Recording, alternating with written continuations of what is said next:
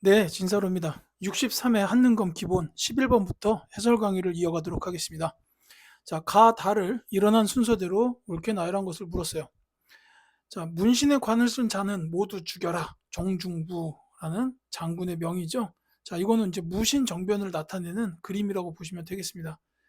이제 정중부를 비롯해서 그 이의방, 경대승, 이고 같은 이런 무신들이 이제 정변을 일으켰던 거죠. 자, 왕이 우리를 죽이려 했다. 군사를 동원하여 궁궐로 가자. 이자겸의 난입니다. 이때 왕 인종이 이자겸을 견제했는데 이제 그것 때문에 뭐 궁궐로 가자 이렇게 나온 겁니다. 이 이자겸이 문벌 중에서도 최고 권력을 가졌던 사람이죠. 자기 딸들을 전부 다 왕한테 시집 보내면서 어마어마한 권력을 쥐게 되니까 앞뒤 가리지 않고 이제 난까지 일으키게 된 겁니다. 자, 그 다음에 국호를 대위, 연호를 천계라 하겠다, 묘청, 서경천도 운동이죠. 이게 이제 막바지에 있었던 묘청의 난이에요. 서경의 난인데 결국 그 서경에서 묘청이 난을 벌였는데 결국 김부식의 관군에 의해서 진압이 됩니다. 이게 이제 이자겸의 난과 묘청의 서경천도 운동이 그 문벌 사회의 동요를 나타내는 상징적 사건으로 볼 수 있어요. 이제 이 문벌이 계속 힘이 세지면서 기득권층이 되다 보니까 이제 자기네들의 권력을 쥐고 놓지 않으려고 하는 거예요. 이제 묘청 같은 서경 세력들이 이때 이제 금나라가 사대를 요구하니까 이제 개경에 있던 저 문벌들은 이제 사대하자, 사대하자. 왜냐하면 자기네들이 기득권을 놓고 싶지 않으니까 혹시 전쟁 벌이면 안 되잖아요. 기득권에 문제가 발생할 수도 있으니까 그냥 사대하자 이렇게 나왔는데 이제 묘청 같은 서경 세력들은 당연히 고구려의 후예가 무슨 말이냐 싸워야지 이렇게 나왔다는 거예요. 근데 결국은 묘청 세력이 진압이 됐죠. 그러면서 이제 문벌 귀족 사회가 결국 개선이 안 돼요. 그러니까 이제 이 무신정변에 의해서 한 방에 뒤집혀 버리는 겁니다. 이제 뭐 이 과정에서 저 김부식 아들 저 김돈중 이 정중부의 수염을 갖다가 촛불로 태우는 일도 있고 뭐별 차별적인 일들이 굉장히 많았어요. 그래서 이제 무신들이 열받아서 이제 참다 참다 정변을 일으켰다 이렇게 보면 되겠습니다.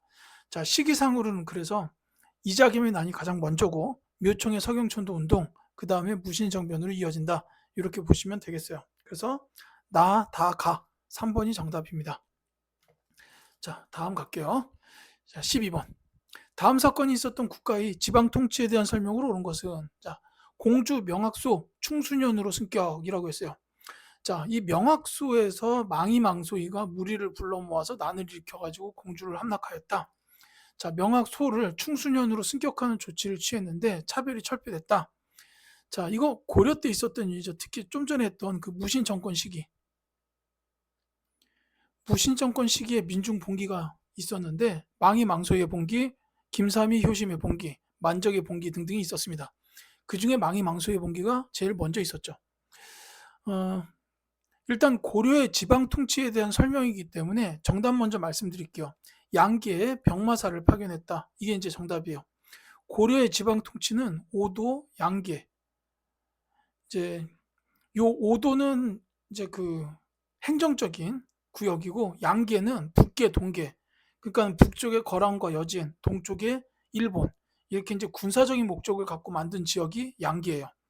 그러니까 오도, 양계. 그다음에 이제 이 오도에는 부목, 군현 같은 이제 그 산하 그 행정 조직들이 있었고 그다음에 이제 향부곡소 같은 이런 이제 특수 행정 구역도 있었습니다.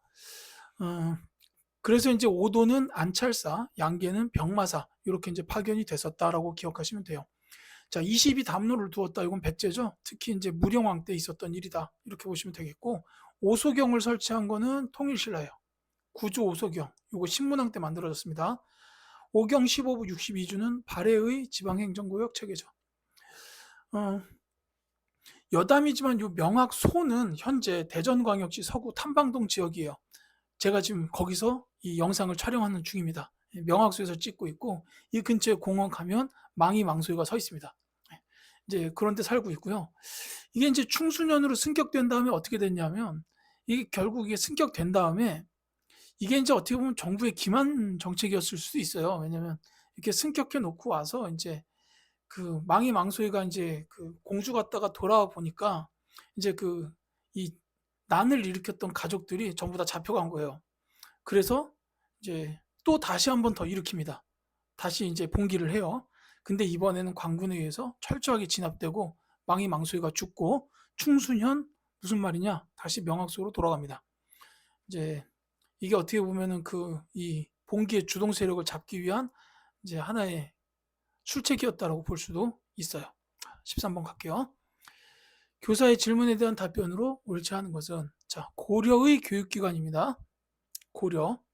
자 국자금을 두었다라고 했죠. 예, 이건 맞습니다. 그 다음에 경당에서 활과 활쏘기를 가르쳤다. 이 경당은 고구려의 지방교육기관이에요.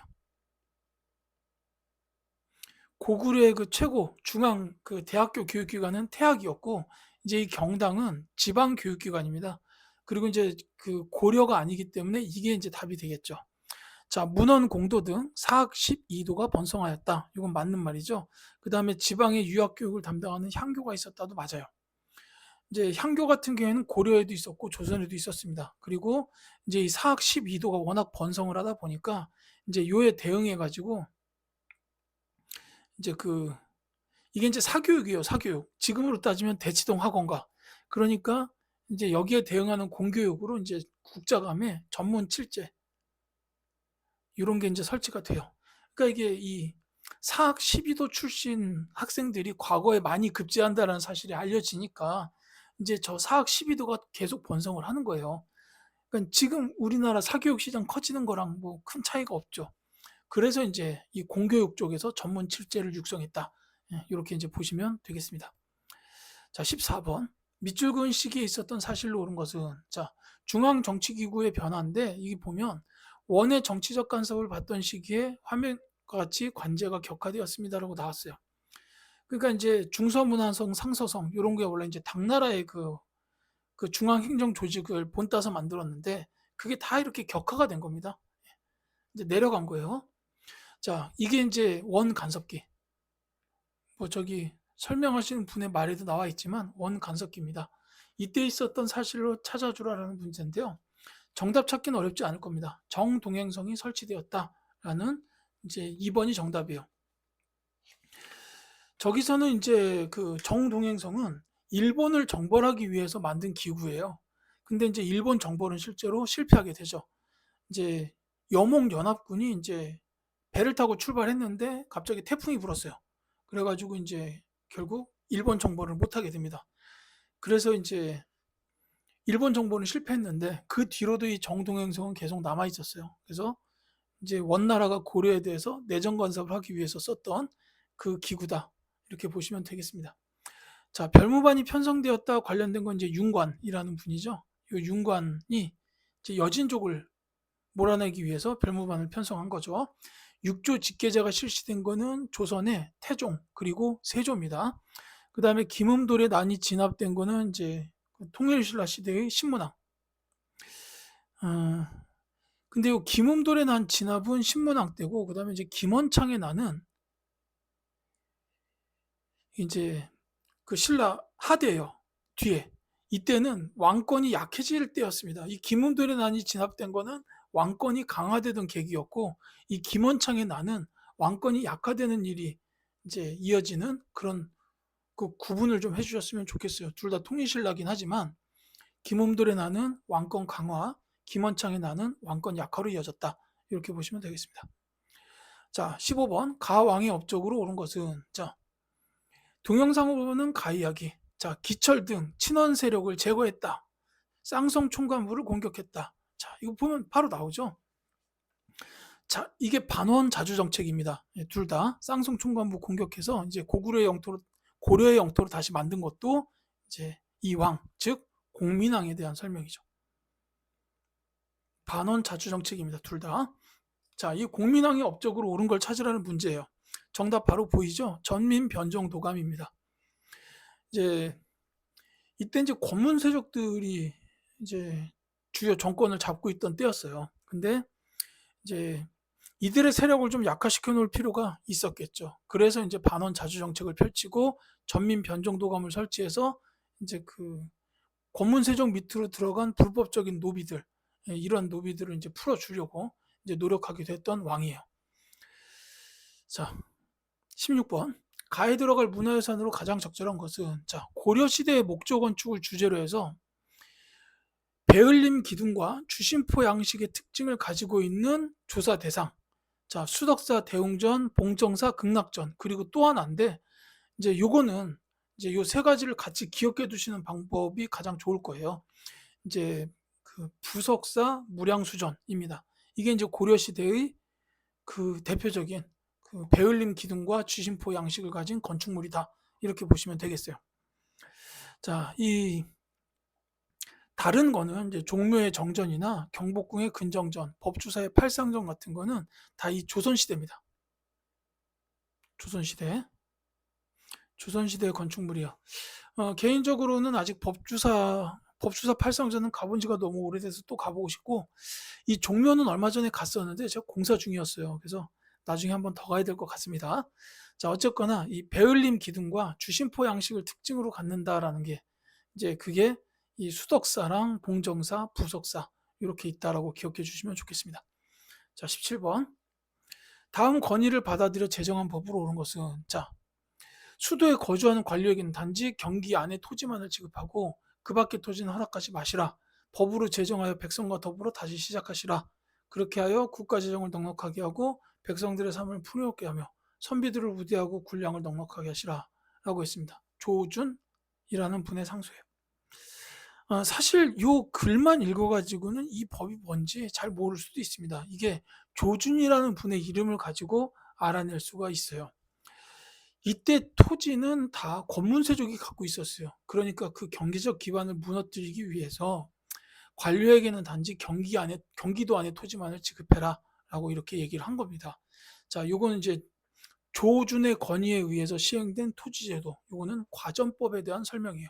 고려 말기 과전법에 대한 설명이다라는 거. 요거는 이제 다른 것보다는 경기도 지역만 지급한다 하고 조준의 건의에 의해서 이루어졌다. 이렇게 두 가지로 과전법 기억해 두시면 되겠습니다. 물론 이때는 고려긴 한데 그 이성계랑 신진 4대부가 정권을 잡았던 시기라고 보는 게 더 정확하겠죠. 18번. 밑줄근 왕의 재위 시기에 있었던 사실로 옳은 것은 정초 변유문 등이 왕의 명을 받아 편찬한 농서인데 이거 제목이 써있네요. 농사직설.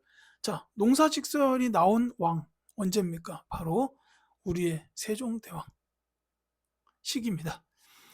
이제 이 세종대왕 때는 이제 여러 가지 이런 관련된 업적이 있어요. 뭐냐면 이 농사직설도 그렇고 그 칠정산 이게 이제 천문역법서적인데 그 전까지는 중국 거를 갖다 썼어요. 근데 이제 중국의 천문역법서적이 당연히 우리나라 땅에는 완전히 맞지는 않습니다. 이게 이제 뭐 시간대가 약간 다르잖아요. 이제 그런 것 때문에 천문역법이 조금 안 맞으니까 이제 이 세종대왕 때 와가지고 칠정산이라는 우리나라만의 천문역법 서적이 만들어집니다.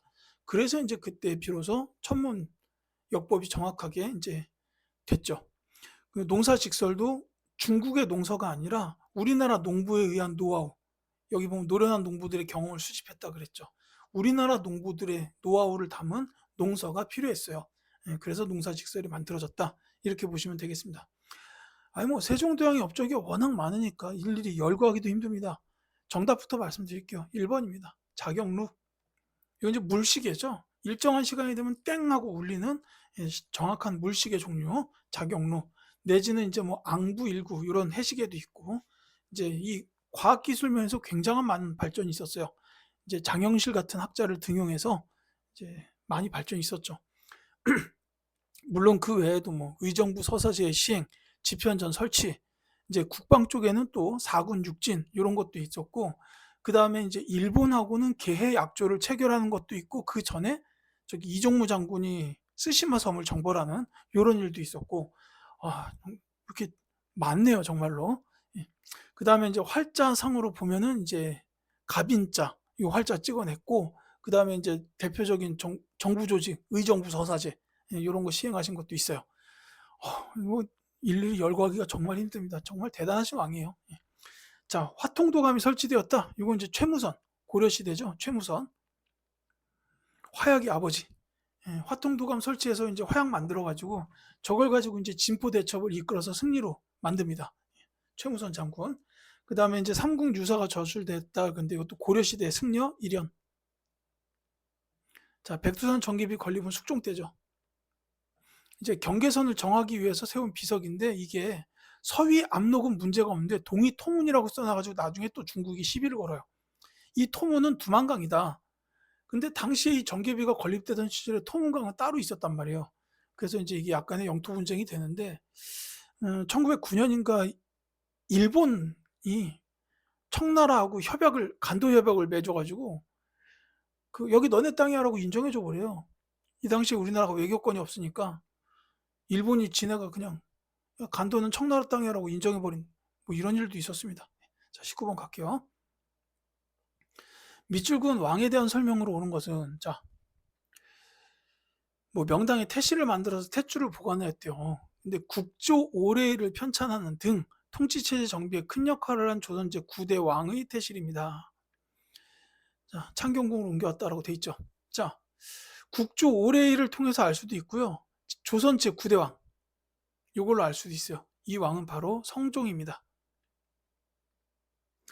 이제 조선의 시스템을 완성시킨 왕이다라는 평가를 받고 있죠. 대표적인 이유가 경국대전을 편찬했기 때문이에요. 2번이 정답입니다. 아, 이거 또 나왔네. 아까 말씀 안 드렸던 거. 후민정음 창제는 세종대왕이죠. 초계 문신제 시행은 정조. 그 다음에 이제 위화도 회군을 단행한 거는 조선의 태조 이성계. 고려 말의 일입니다. 이제 위화도에서 병력을 다시 돌려가지고 개경으로 돌아와서 이제 최영 장군을 유폐시키고 우왕도 패하고 이렇게 했죠. 자, 20번. 가나시타이 시기에 있었던 사실로 옳은 것은 하고 물었습니다. 자, 조광조가 조정을 어지럽히고 윤리를 무너뜨렸으니 처벌함이 마땅합니다. 그리하시오. 이 왕은 중종입니다.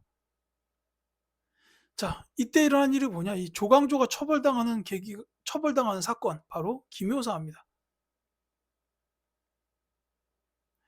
이제 왜 사화가 네 가지가 있죠? 순서대로 무오, 갑자, 아니 무오사와 갑자사와 기묘사와 을사사와 이렇게 있습니다. 그 중에 이제 기묘사화에 대한 설명이라고 보시면 되겠죠. 그 다음에 자, 자의대비께서는 기념복을 입으셔야 합니다. 무슨 말씀이요? 3년복을 입으시는 것이 맞습니다. 자, 이건 이제 자의대비에 대한 상복 입는 기간의 논쟁. 이게 이제 예송이라고 하죠. 자, 이제 이 기념복이라는 거는 1년 입는 거. 그 다음에 3년복은 3년상에 해당하는 3년이니까. 근데 이제 요때 있었던 게, 이때가 이제 이 자의대비가 인조의 부인인데, 이때 이제 효종, 이 인조 다음의 왕, 복림대군이죠. 이 효종이 승하했을 때, 돌아가셨을 때, 아직 살아 계셨어요. 그러니까 이제 상복을 입어야 되는데, 아들인데 상복을 입어야 되는 거예요. 근데 이제 맏아들이면은 3년, 이제 그렇지 않으면 1년, 이렇게 이제 있었다는 겁니다. 근데 이제 사실 그 효종은 인조의 둘째 아들이기 때문에 이제 그걸로만 따지면 1년이 맞겠죠. 근데 이 남인 쪽에서 3년을 주장했던 거는 왕이지 않냐. 모든 거에 우선하는 정통성이 있다. 그러니까 3년복을 입는 게 맞다. 이렇게 이제 주장을 했다라는 겁니다. 이제 뭐 이게 예송입니다. 자, 그래서 이거는 사화와 예송 사이에 있었던 일을 찾아주면 돼요. 정답 찾을 수 있겠습니까? 예, 2번이 정답입니다. 이 기묘사 때까지는 아직까지 사림이 세력이 성장하던 시기였어요. 근데 이제 선조 시대에 이르러서 사림이 본격적으로 중앙의 정권을 장악하면서부터 붕당이 형성되기 시작해요. 이게 이제 동인과 서인으로 나눠졌다는 게 붕당 형성이라고 보시면 되겠습니다. 이게 이제 붕당이 형성돼서 붕당 정치가 일어나죠. 그러다가 이제 예송을 통해서 서인과 남인 사이에 금이 살짝 가기 시작해요. 그리고 그 뒤에 환국, 숙종은 일당 전제 체제로 한쪽 붕당한테 권력을 다 줘요. 그러니까 이제 이게 서인이었다가 남인이었다가 다시 서인으로 이렇게 이제 권력을 몰아줍니다. 이게 환국이고 이 과정에서 일어났던 폐해가 워낙 크니까 영조, 정조 시대에 가면은 탕평. 붕당을 가리지 않고 골고루 채용을 해서 정치를 하겠다라는 게 탕평이죠.